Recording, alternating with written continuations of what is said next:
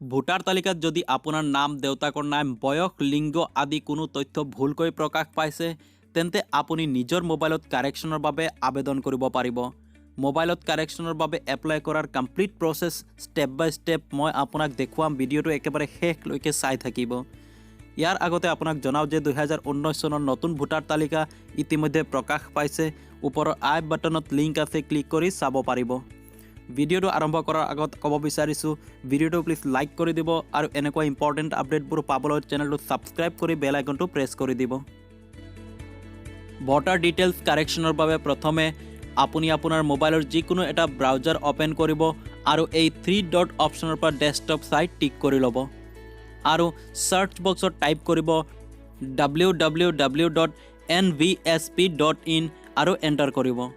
এইদৰে national voters service পৰ্টেলৰ official ৱেবছাইটৰ ইণ্টাৰফেচ ডিসপ্লে হ'ব।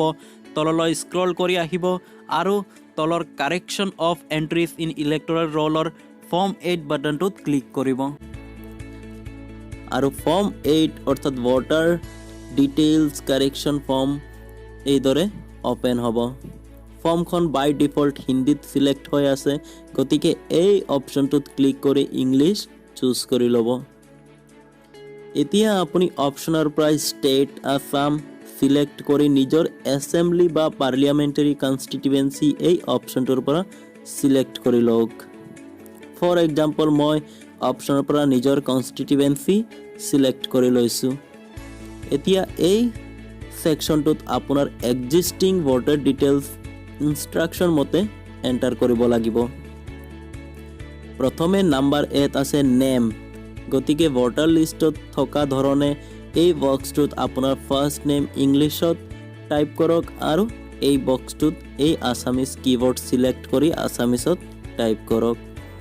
ফৰ এক্সাম্পল মই মোৰ নাম একৰ্ডিংলি টাইপ কৰি লৈছোঁ। নেক্সট নাম্বাৰ বিত আছে সাৰনেম অৰ্থাৎ উপাধি, গতিকে ঠিক একেদৰে এই বক্সটোত লাষ্ট নেম ইংলিছত আৰু এই বক্সটোত আছামিজত টাইপ কৰিব লাগিব। ফৰ এক্সাম্পল মই নিজৰ সাৰনেম একৰ্ডিংলি টাইপ কৰি লৈছোঁ। নেক্সট নাম্বাৰ চিত আছে details of registration with electoral roll, name of assembly parliamentary constituency. যিহেতু ওপৰত অলৰেডি কনষ্টিটুৱেঞ্চি সিলেক্ট কৰা আছে, গতিকে ইয়াত কনষ্টিটুৱেঞ্চি বাই ডিফল্ট দেখুৱাব। এতিয়া part number of electoral roll অৰ্থাৎ আপোনাৰ পাৰ্ট নাম্বাৰ বা খণ্ড নং এই বক্সটোত এণ্টাৰ কৰিব লাগিব। ফৰ এক্সাম্পল মই মোৰ পাৰ্ট নাম্বাৰ এণ্টাৰ কৰি লৈছোঁ। Next serial number of electoral roll অৰ্থাৎ ভোটাৰ লিষ্টত থকা আপোনাৰ চিৰিয়েল নাম্বাৰটো এই বক্সটোত এণ্টাৰ কৰিব লাগিব। ফৰ এক্সাম্পল মই চিৰিয়েল নাম্বাৰ এণ্টাৰ কৰি লৈছোঁ আৰু নাম্বাৰ ডিত আছে ইলেক্টৰ্ছ ফটো আইডেণ্টিটি কাৰ্ড নাম্বাৰ, গতিকে যদি আপোনাৰ ভোটাৰ ID কাৰ্ড আছে তেন্তে ভোটাৰ ID কাৰ্ডৰ লেফ্ট টপত থকা 10 ডিজিট নাম্বাৰটো ইয়াত এইদৰে টাইপ কৰিব লাগিব। নাম্বাৰ ইত আছে please tick the entry which is to be corrected, অৰ্থাৎ ভোটাৰ লিষ্টত যিটো এণ্ট্ৰি আপোনাৰ কাৰেক্ট কৰিবলগীয়া আছে সেই এণ্ট্ৰিটো লিষ্টত থকা এই অপশ্যনবোৰৰ পৰা বাছি উলিয়াই টিক কৰি লওক।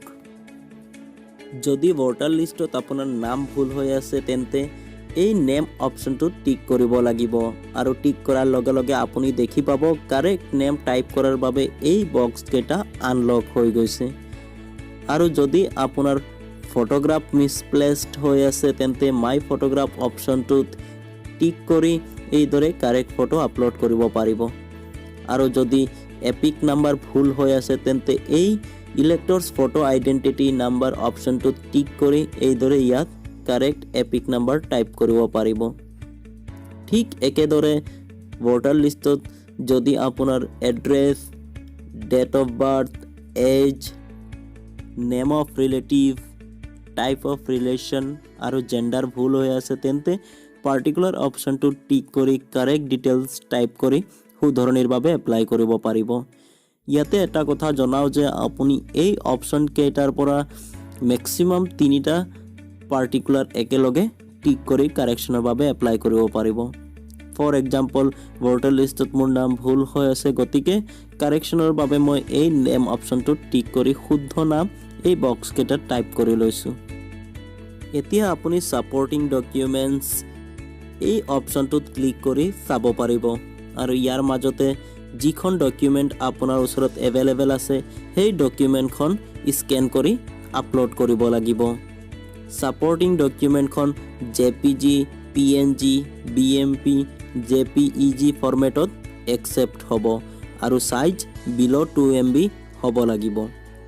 আৰু এই চুজ ফাইল অপশ্যনটোত ক্লিক কৰি ডকুমেণ্টখন সিলেক্ট কৰি আপলোড কৰিব লাগিব।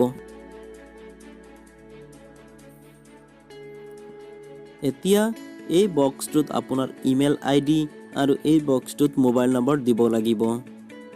নেক্সট এই বক্সটোত আপুনি আপোনাৰ প্লেচ টাইপ কৰিব লাগিব, ডেট বাই ডিফল্ট সিলেক্টেড থাকিব আৰু ফাইনেলি এই ক্যাপচা কেইটা এই বক্সত এন্টাৰ কৰি এই সাবমিট বাটনটোত ক্লিক কৰিব লাগিব। আৰু এইদৰে সাকসেসফুল সাবমিশন হোৱাৰ লগে লগে আপুনি এটা ৰেফাৰেন্স ID পাব, যাৰ থ্ৰু দি আপুনি আপোনাৰ এপ্লিকেশন ষ্টেটাস চেক কৰিব পাৰিব। নেক্সট টাইম আপুনি আপোনাৰ অনলাইন এপ্লিকেশনৰ ষ্টেটাস চেক কৰিবলৈ আকৌ NBSP ৱেবছাইটলৈ যাব লাগিব আৰু কৰ্নাৰত থকা ট্ৰেক এপ্লিকেশন ষ্টেটাস অপশ্যনটোত ক্লিক কৰিব লাগিব আৰু ইয়াত আপোনাৰ ৰেফাৰেন্স ID এন্টাৰ কৰি ট্ৰেক ষ্টেটাসত ক্লিক কৰিলে এইদৰে আপোনাৰ application submission status, BLO appointment status, field verification status আৰু একসেপ্ট বা ৰিজেক্ট ষ্টেটাস জানিব পাৰিব।